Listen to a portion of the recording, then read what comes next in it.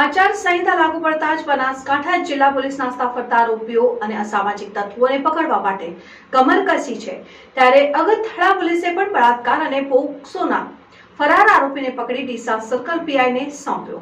બનાસકાંઠા જિલ્લા પોલીસ વડા અક્ષય રાજ મકવાણાએ સૂચના આપતા ડીસા વિભાગના નાયબ પોલીસ અધિક્ષક સીએલ સોલંકીના માર્ગદર્શન હેઠળ ડીસા સર્કલ પીઆઈ બીપી મેઘલાતરે ફરાર આરોપીઓ મામલે તપાસ શરૂ કરી હતી। તે દરમિયાન અગથળા પીએસઆઈ પીએચ જાડેજાની ટીમ આચારસંહિતાના ચુસ્ત અમલ અને ફરાર આરોપીઓને પકડવા માટે અલગ અલગ ટીમો બનાવી તપાસ કરી હતી।